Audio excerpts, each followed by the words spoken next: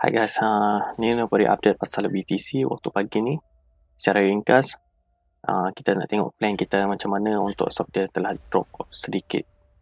Lihat dekat sini, kita dah ada drop sedikit daripada trend line kita. Tapi kita masih dalam keadaan selamat selagi dia tidak lintas daripada kawasan sini. Sini ada support. Berharap dia naik balik melakukan dekat sini high low. Tapi bila dia melakukan sama bottom dekat kawasan sini, itu maksudnya kita akan dalam keadaan menurun. Kita akan lihat mungkin dalam 30k dan kita akan lihat lagi terus menurun ke bawah sebab apa? So, kita mempunyai banyak berita-berita FUD yang sedang berlaku waktu sekarang ni. Jadi membuatkan market sangat takut. Sepatutnya dia melakukan kenaikan di kawasan sini. Tapi sekarang dia telah menurun. Kita ada engulfing candle dan kita akan melihat mungkin akan melakukan reversing di kawasan sini atau mungkin akan melakukan reversing di 35k, di kawasan 35k atau 36k.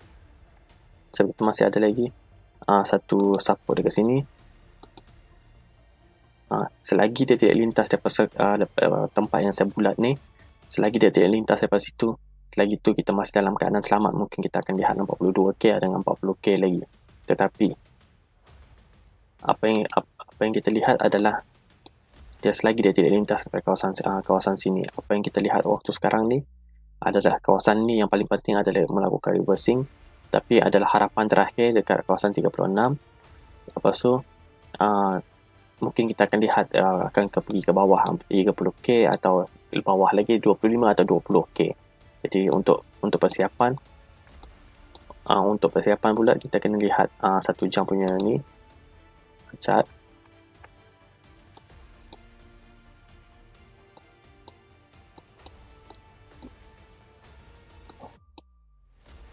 Jadi kita ada ni kelihatan seperti akan melakukan retracement, reversing berlaku untuk pullback, dan kita nak lihat dia melakukan reversing dan melakukan high kawasan untuk 1 jam dekat kawasan sini, melakukan high dekat naik sampai 39,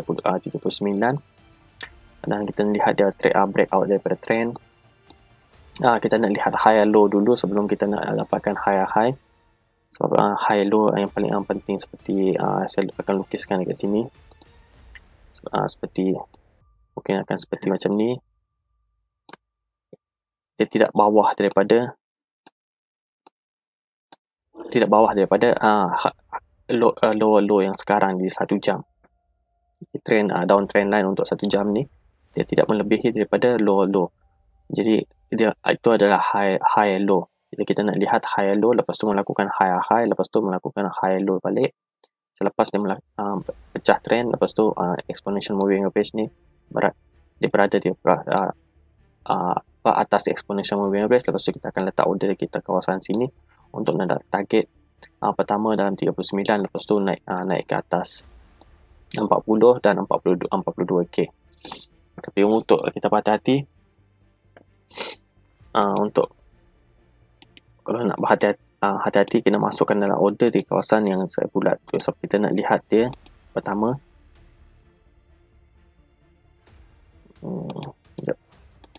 Okey, pertama kita nak lihat dia sekarang melakukan reversing di 1 jam. Melihat ke high low dulu. Melihat high low, lepas tu lintas daripada exponential moving average dan sentuh exponential moving average, lintas daripada exponential moving average, pecah bolos daripada downtrend line. Lepas tu melakukan high dan melakukan high low. Lepas tu kita akan masukkan order kita. Itu adalah checklist kita. Kita nak lihat antara 7 checklist. Kalau korang tak ni lagi, saya akan update secara ringkas. Kita nak lihat dia kita ada ending white range bar dekat sini. Kalau lihat kat sini berjauhan daripada exponential moving average, dan satu tanda kita akan berlaku reversing. Yang kedua, sentuh exponential moving average dan lintas melakukan high low. Ketiga, dan lintas daripada downtrend line. Keempat, dan lintas daripada exponential moving average. Kelima, lepas tu melakukan high. Keenam, dan yang ketujuh adalah high low yang kedua. Dan itu adalah kita punya checklist, 7 checklist kita.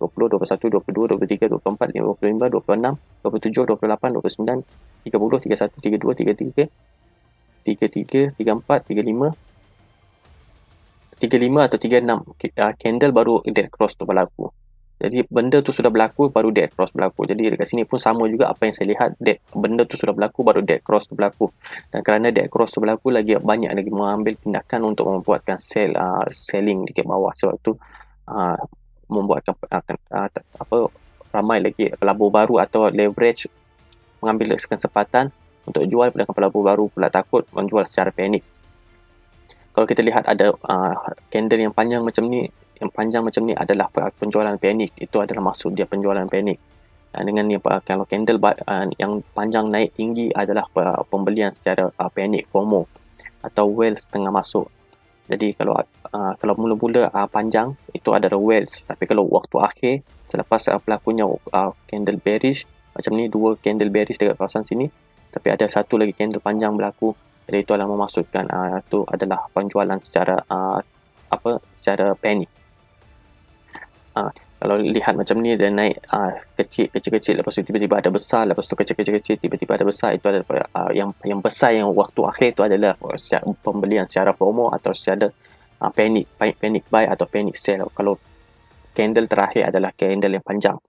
Jadi sekarang kalau kita lihat daripada sejarah ni, daripada sini mungkin korang tak nampak apa yang saya nampak, mungkin pandangan korang lain daripada apa yang pandangan saya. Jadi kalau lihat sini, golden cross pun berlaku selepas kenaikan. Dekat sini boleh lihat sini, selepas dead cross berlaku, kenaikan dah telah menaik. Lepas tu baru ada golden cross berlaku dalam pertengahan kenaikan. Lepas tu dah sampai puncak, lepas tu penjualan pula berlaku. Jadi kat sini ni ada permainan orang leverage, permainan orang pemain jerung. Jadi itu saja yang saya boleh bagi update waktu pagi ni. Jangan takut pasal ni, kita kena so itu saya kata sentiasa dalam persiapan, bersedia untuk hadapi apa-apa saja, apa yang akan berlaku. Kita tu sentiasa dalam plan, supaya kita sentiasa bersedia supaya jerung tak terperangkap kita. Seperti semalam apa yang saya kata, kalau lihat dalam satu jam punya, saya bagi tahu kalau boleh nak tunggu dia melakukan reversing dekat kawasan atas ini. Okey, ini adalah trend line. Bila dia lepas daripada trend line tu, baru saya akan masukkan order saya. Dia lintas daripada exponential moving average, tapi dia tidak lintas. Itu adalah plan saya. Tengok, bila saya tak ada plan, saya akan beli dekat kawasan itu. Tapi bila dah ada plan, dekat video semalam saya bagi tahu, dekat live semalam bagi tahu dia akan lintas daripada exponential moving average dan melakukan retracement, baru saya akan beli. Bila dia melintas daripada exponential moving average dengan trend line, tapi dia tidak lintas. Jadi bila dia tidak lintas daripada situ, jadi saya tak beli. Jadi harga terus turun sebab saya ada plan saya. Jadi bila kita dah ada plan, kita memang sentiasa dalam keadaan selamat. Jadi itu adalah update yang saya boleh bagi tahu waktu ini. Dan saya ucapkan terima kasih kerana sudi menonton, dan salam subuh. Jangan lupa solat waktu pagi kalau korang sempat lagi, dan kalau boleh jangan lupa solat 5 waktu. Jadi itu adalah pesanan ringkas daripada saya. Dan jangan panic buy, jangan panic sell, jangan takut apa semua. Perkara kita kena sentiasa dalam plan. Jadi saya ucapkan sekali lagi terima kasih, dan jumpa lagi pada video yang akan datang. Bye bye.